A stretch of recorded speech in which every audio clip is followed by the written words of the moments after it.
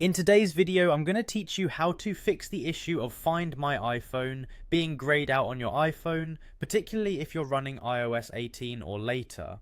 This can be a frustrating problem, but don't worry, we'll walk through the steps together to get this feature back up and running smoothly in no time. First, let's begin by opening your iPhone and navigating to Settings.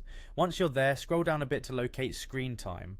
Tap on it and you'll be led to a variety of options related to how you manage screen usage. Here you're going to find something called Content and Privacy Restrictions. It's an important area, ensuring all the right settings are properly aligned for Find My iPhone to function as expected.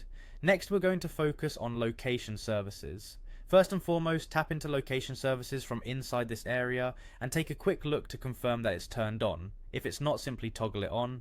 Location services are necessary for all the features that require your device to determine its physical location.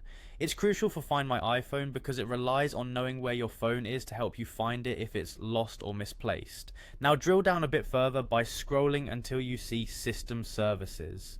Once you're in System Services, look specifically for the option named Find My iPhone. Make sure that this setting is enabled. This is essential for the service to track your device effectively. In some cases, especially if this is a school-issued or company phone, restrictions set by external administrators might be interfering with turning on Find My iPhone.